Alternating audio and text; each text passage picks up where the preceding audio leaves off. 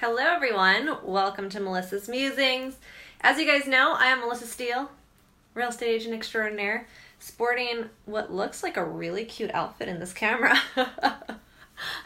John and I on Christmas Eve went and we, as our Christmas gifts to each other this year, did a little shopping spree and we got some new beautiful, excellent clothes for our work wardrobe.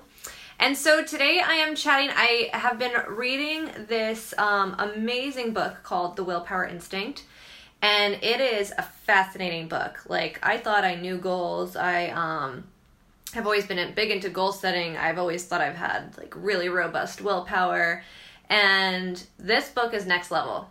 But one of the really cool tidbits that I took away today, and I'm gonna, there's a major takeaway that I was like, mind blown about earlier today. Hey Nan, thanks for joining. Hey guys, thanks for coming in. Hi Katie, thanks for being here. Give me some love, give me some hearts.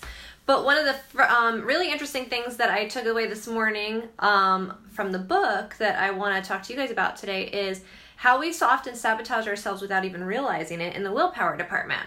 So willpower is something that's like a muscle. For those of you who are not too familiar with willpower, we can train it, we can each day that we exercise it a little bit more and more, it will become strengthened. But if we overdo it in willpower, it will actually be of detriment to us and our body will struggle. We'll actually become less like willful in doing things because we'll have a lack of willpower if we burn it all out. But one of my big takeaways when I was reading this morning was something so fascinating that I often find myself doing, and you may be doing it too and not even realizing it, because I was like, oh yeah, like I do that pretty often. And I knew it wasn't ideal, but I also didn't know how much it was affecting the fact that, you know, how much it was affecting my willpower muscle, let's say. So ultimately, let's say, for example, I'm just going to use this for example. Let's say you're trying to cut down on drinking, right? And you've resisted at lunch a couple times this week. On Wednesday, when your coworkers went out for happy hour, you didn't go with them. You were so on point.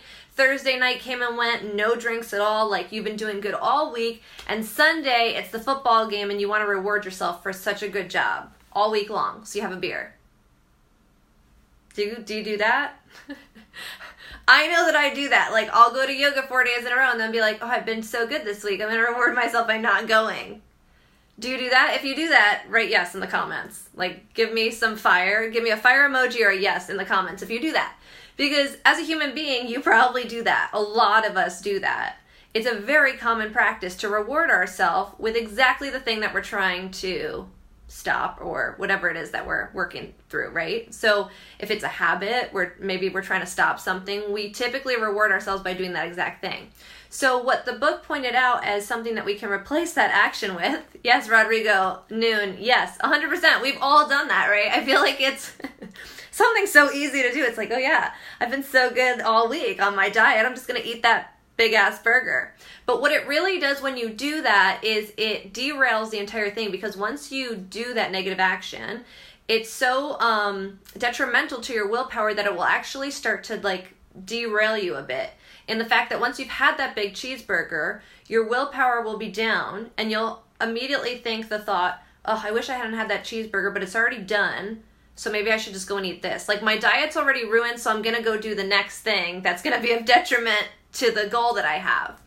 So what can be utilized differently as a different tool? Hi guys. Hi Helen. Hi Anna. Thanks for joining in. So what can be used as a different tool for that would be rewarding yourself with something that's not associated with the goal, but that's really satisfying and rewarding for you. So let's say it's not having a drink, right? You're trying to quit drinking, the same example that I used prior. You've been all week doing so well, you're at the football game and somebody tempts you with a beer. Instead of having the mindset of, okay, I've been so good all week, I'm going to reward myself with this beer, which is not in line with my goal, maybe reward yourself in a different way, like with food or a really pleasurable activity, like for example, going to a really nice dinner or going for an afternoon at the beach. Reward yourself with something unassociated with that goal, but that feels really good to you and that's really fun and nourishing and awesome,